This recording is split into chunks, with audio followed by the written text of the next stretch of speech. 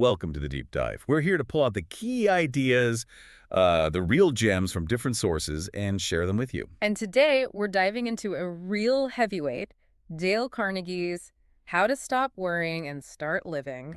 Yeah, a classic. And it's not just theory, is it? It's packed with, well, practical formulas, things tested over time. Exactly. Designed to help you quiet the constant worry loop and actually start living.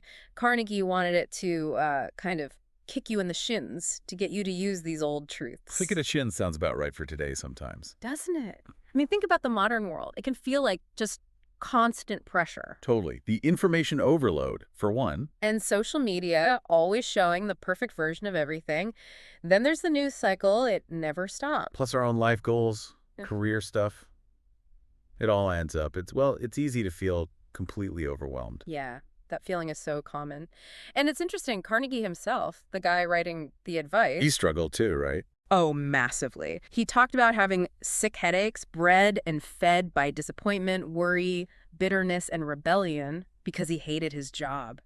That feeling of being swamped, he knew it firsthand. Makes the advice feel more grounded somehow. Mm-hmm. So what's his core answer to all this modern overwhelm? Well, the big idea, the foundation really, is this concept of living in day-tight compartments. Day-tight compartments. Okay, what does that mean exactly? It basically means focusing only on what's right in front of you, what you Yeah. can clearly handle right now, today, shutting out yesterday's regrets and tomorrow's worries. Sounds simple, maybe too simple. Like, how does that actually work against all the modern pressures pulling at us? Oh, it's about where you put your mental energy. Yeah. Our minds naturally jump around past mistakes, future fears. It's exhausting. Day-tight compartments sort of forces you to channel that energy. There's a great story about Arthur Hayes Sulzberger. The publisher of the New York Times. That's the one. During World War II, I mean, imagine the stress. He was so worried he literally couldn't sleep. Wow. The weight of the world, truly. So how did he cope? He actually found this line from an old hymn, and it became his motto, "One rep enough for me." Just one step. Yeah. "Keep thou my feet. I do not ask to see the distant scene. One step enough for me." He focused just on the immediate next thing. He even took up painting Painting, amidst all that. as a way to force his mind onto the present moment, one brushstroke at a time, away from the global chaos he was reporting on.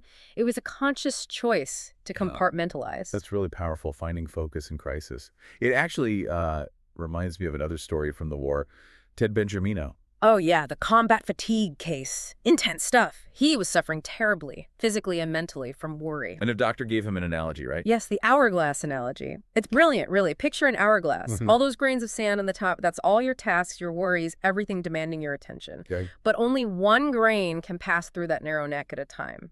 If you try and force more through, what happens? One thing breaks. Exactly. So Benjamino learned to live by that. One grain of sand at a time.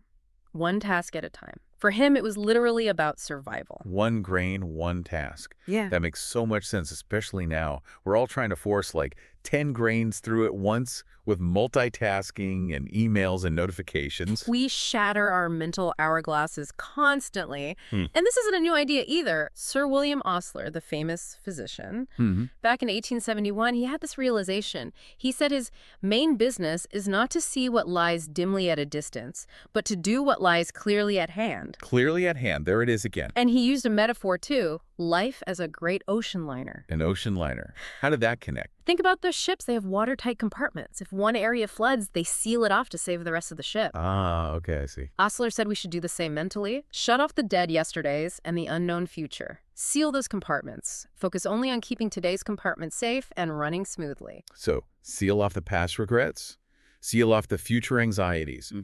Just deal with today. Precisely. No matter what happened or what might happen, you can manage today. Think about setting boundaries maybe when you're working from home.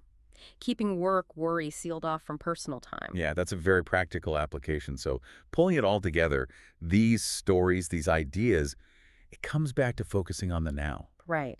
Like Stephen Leacock said, life is in the living, in the tissue of every day and hour. We often realize that too late. So this one step enough, this daily focus, that's the real key Carnegie's offering against worry. It seems to be. It's about directing your energy effectively, turning that big, overwhelming anxiety into something you can actually act on right now. So maybe For everyone listening, Yeah. think about it. What's your biggest struggle right now? Where's your focus?